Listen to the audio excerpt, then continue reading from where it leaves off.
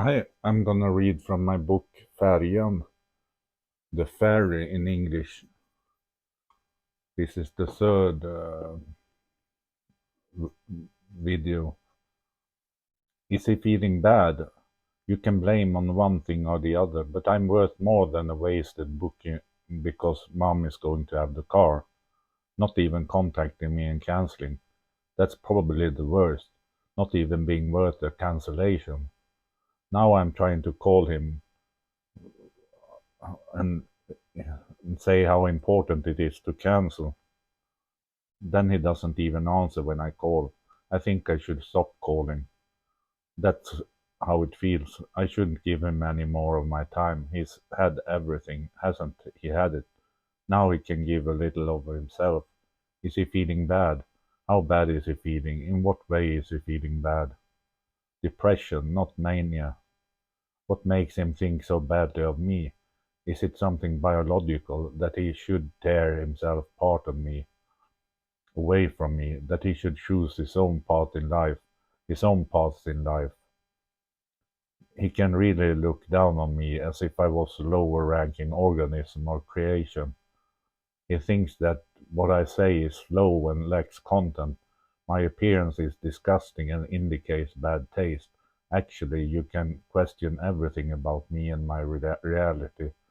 I basically do nothing right. Most of it is disgusting and laughable and foolish. I'm not worth a rotten penny. I'm a worthless pile of shit that can't be improved. Tonight is the second night I haven't called Lilleman. The first night was yesterday, Sunday. I don't want him to feel bad or abandoned, but maybe I should make me think a little. What I do actually affects other people around me. Maybe I need to think a little more about my relationships. Maybe I can't just take things for granted, take others for granted. Maybe we haven't had a break for this long, me and Oscar, since he was little. I wonder if he even notices that I haven't heard from him in 2 days. He probably does, even if he doesn't want to admit it. I don't really know. Now I watch a little bit of World Cup Portugal Uruguay, and soccer, and so I was drawn into this belonging to humanity, to stick together, to get along, to like each other. Then I rang a signal, but he chooses not to answer, or he simply doesn't have the time. That little shit Oscar Leinen, he's the best. What makes him not to want to talk to me? It feels like he wants to show where the cupboard should be. Check this out. I don't need you. You won't reach me, but I need you. I don't need you. Why is it so important? I understand that he wants to break free, that he needs to break free, all the pain. I guess I've never been through that phase, pushing away from my parents. I was probably too scared that they would come to the conclusion that they could let me go, give me back, leave me alone. I've never made any strange demands or pushed away. It's a bit strange, of course. I think I was too unsecure. I think my first relapse just before I was about to turn 19 was partly because I was unsure, very unsure, where my foster parents stood in terms of moving away from home. I was so insecure that I was breaking down inside, to move or not to move, and then an inherited mental illness. What a conversation. Now I got to talk to Oscar, and what a conversation then. Lengthwise, content-wise, plus plus, and then my dad's heart would beat a few extra beats and hope that he's not on his way on the roof, little man. His way so he was so nice and expressed himself in such a multifaceted way. Why do I get scared and worried? Of course I've been there myself. I went through that first mania on my own at 18. Or should I write how should I write it? I remember that it was how it was like for me. It didn't seem that way for Oscar. Not yet anyway. Sleep will tell. Sleep is the most important thing. Sleep will tell. But I picked up the phone anyway and called Mother Lotton. I was so scared that I spilled over onto her, but she didn't get in bad mood. On the contrary, I think she understood why I was worried, but she didn't think Oscar was in danger. It was good for me to hear, and I know that she's on her guard. If anything unusual were to occur, she was fine. I couldn't worry her, and that was good. She had also heard about the story of the 20 cappuccinos that Oscar had drunk the night before. What made me on my guard was that it was so unusually nice. Now I got to Oscar. He had slept the night before. He sounded composed and balanced. We talked matter-of-factly. Besides me saying I love him, he says he loves me. It's nice to hear, even though it feels a little repetitive. I just want to say I love you, yes, and I love you. We can be heard. We can be heard. What more can we say to each other? What more can we want from each other? There is nothing greater, nothing more powerful. How will I imagine for a minute, a second, without you, my little friend? You are there, the best thing that has ever happened. Now a quick signal on my mobile. It was Oscar, my son, of course. I'm very happy that he's thinking of me. In other words, keeps fiddling with my number on his mobile phone, but he hangs up all of a sudden. Barely a signal comes through. That's all. I tried calling back a while later, and then he doesn't answer. Then I'm no longer interesting. I start to seriously consider whether I should keep calling and texting him the way I usually do.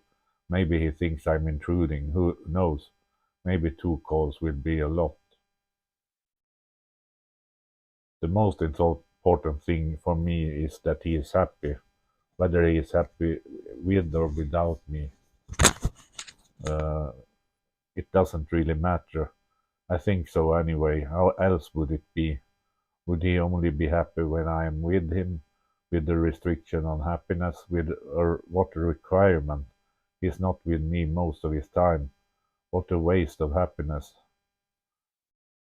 And maybe he's not very happy with me. Then everything will perhaps be in the negative, unhappy direction. Let the happiness go. It's ours.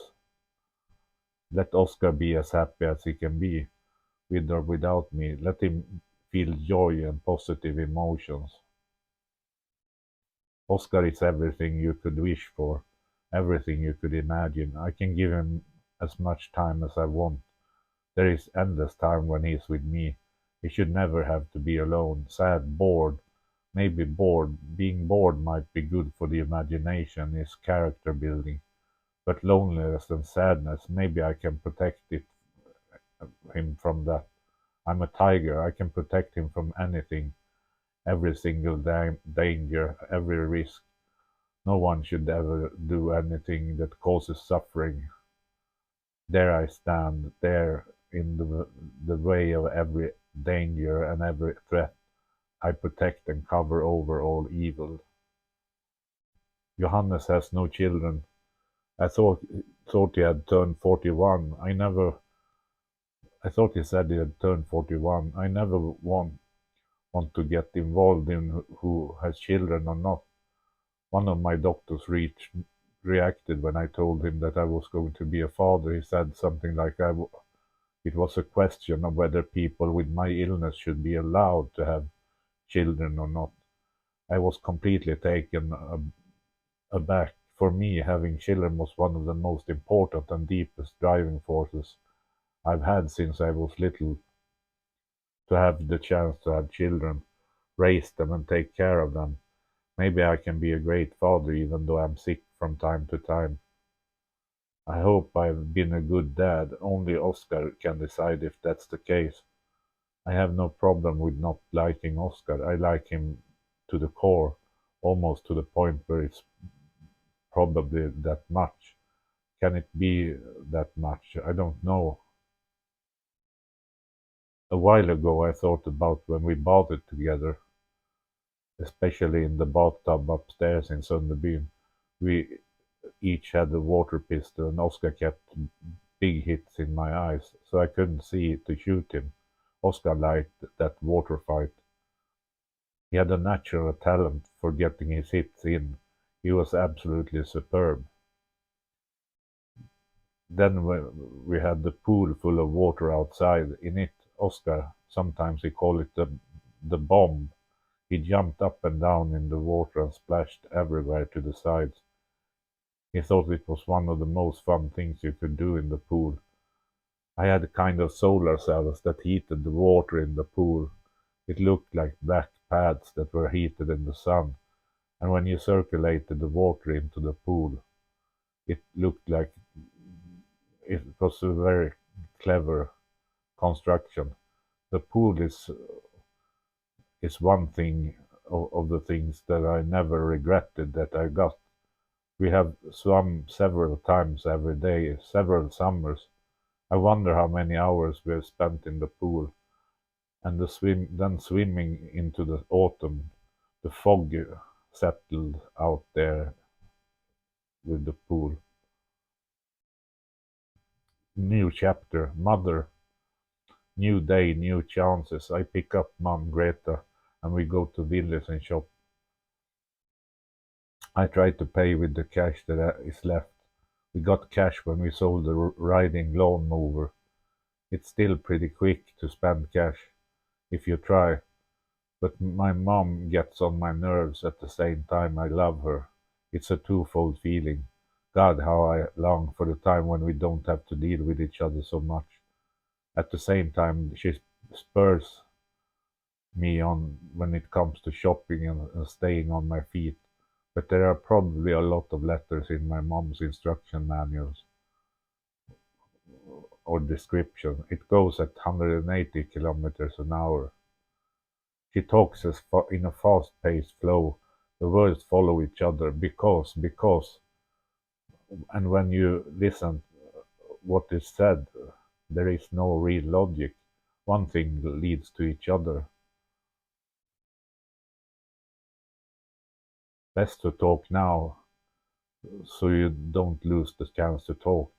There may be something that remains unsaid. I can imagine that she can provoke bile fever in some people who want to keep their private lives for themselves. What does that have to do with you?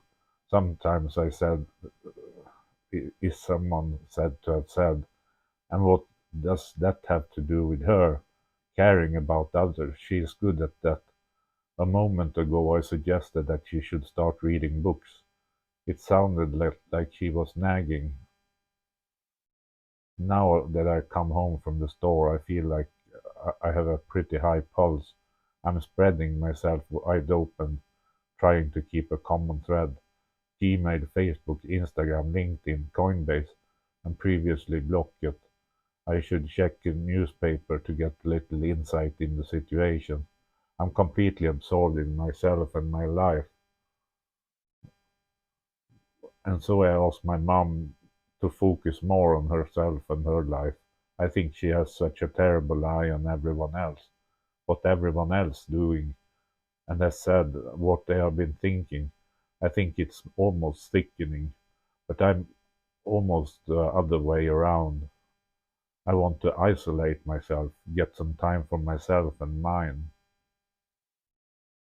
I haven't written much about my mom Greta. Mom is a bit stuck in her late teens. Her little sister Lina is still in her early or middle teens. My mom can talk so it's lovely. About nothing really. It could be some program that was on TV, or about someone she was lucky enough to run into when she was shopping at Coop. But she doesn't drink, and she doesn't smoke, and she is more or less normal. When I hear the descriptions of the people, I can almost immediately say that so and so is probably not completely normal, but you're welcome to believe that it is. When you're in the same room and are supposed to do something in silence, mom starts humming like a bee or a bird or a bear. And then the volume goes up, down, and she doesn't seem to know that she's making this sound. I've asked her once, but she doesn't seem to know. But it's not often that it's so quiet so you can hear her humming like a bee. Most of the time she's talking about someone she knows or heard of, someone I've never known or heard of in a long time. Her interest in people is insatiable. She takes in as much information as she can.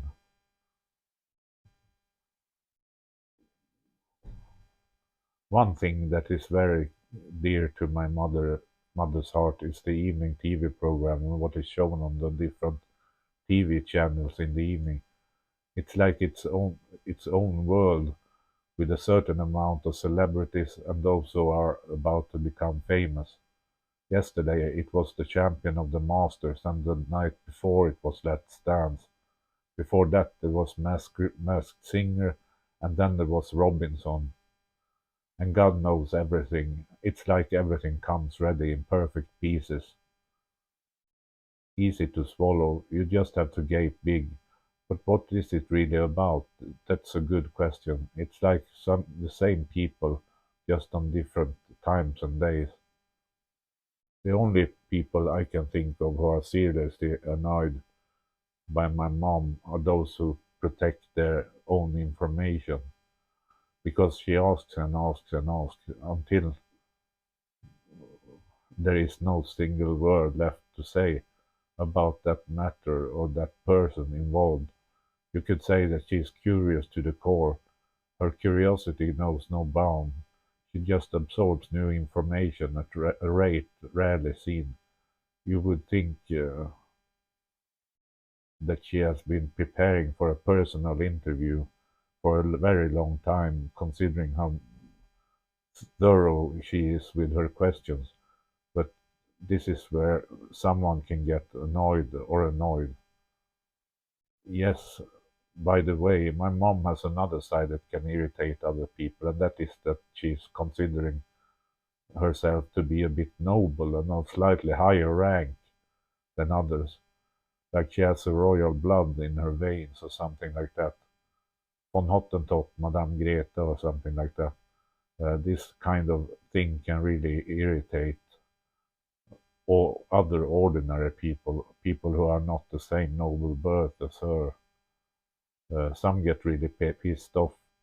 Sure, it's nice to feel like you're of slightly nobler rank than those around you, but damn how irritating it can be to other people around you. My mother has a schizoaffective disorder. As I understand it, the illness is somewhere between schizophrenic disorder and bipolar disaffective disorder, two serious mental illness in themselves.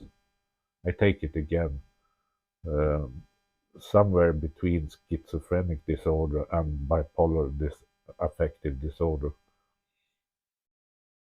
And the schizophrenic disorder revolves a lot around psychosis that replaces each other with the bipolar, while a bipolar affective disorder revolves a lot about manias and depressions and psychosis. It is certainly common for a schizoaffective person to imagine that he or she is being persecuted.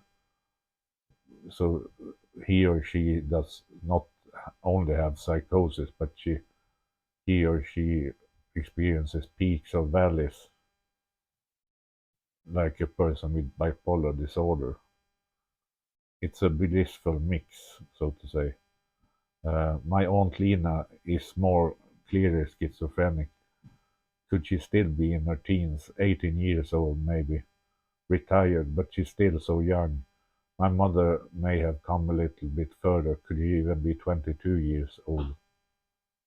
I don't know. It would be interesting to be able to do a personality test that shows where you are in your development.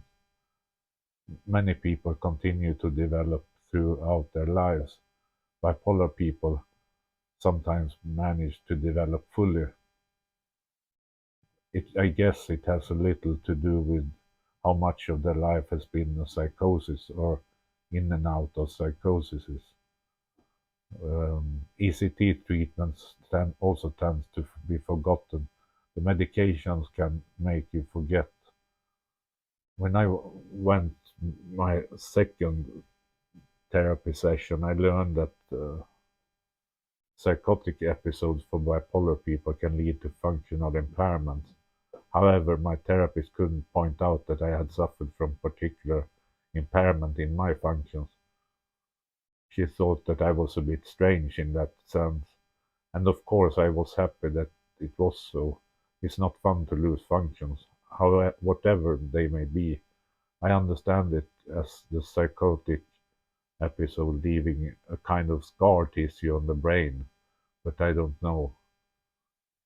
It takes quite a bit of effort to be involved in a serious psychosis.